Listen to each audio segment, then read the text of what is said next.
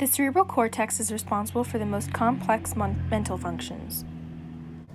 The frontal lobe is involved in personality, intelligence, and voluntary control of muscles. And next to it is the motor cortex, which also controls voluntary movement. Then there's the somatosensory cortex, which detects and interprets information on touch, temperature, pain, and pressure, allowing us to perceive the size, shape, and texture of an object. Next to that is the parietal lobe, which processes sensory information that has to do with taste, temperature, and touch, and is also involved in spatial recognition on location of objects. Then, towards the bottom, is the occipital lobe, which processes and responds to visual stimuli.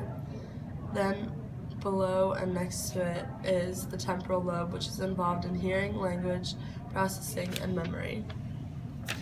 Then, on the frontal lobe is the Broca's area, which is involved in speech production, while Wernicke's area, found on the temporal lobe, is involved in understanding spoken language.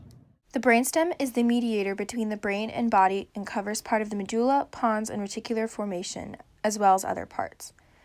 The medulla oblongata is responsible for controlling the heartbeat and breathing. The reticular formation has control over the sleep-wake cycle and suppresses muscle movement when we sleep so that we don't act out in dreams. The pons has a part in sleeping, dreaming, and respiration rates. The cerebellum helps to control voluntary movements. The thalamus receives and organizes sensory info except for smell and then sends it to the cortex. The basal ganglia helps control voluntary movements that can be done with very little thought. The hypothalamus has an important role in controlling motivated behavior. The pituitary gland is a tiny organ that produces hormones to travel through the body and cause other glands to produce hormones. The hippocampus is wrapped around the thalamus. It is involved in learning, storage of long-term memory.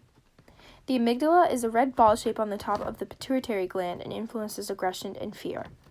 The corpus callosum is a large band of neural fibers connecting the two brain hemispheres and carrying messages between them.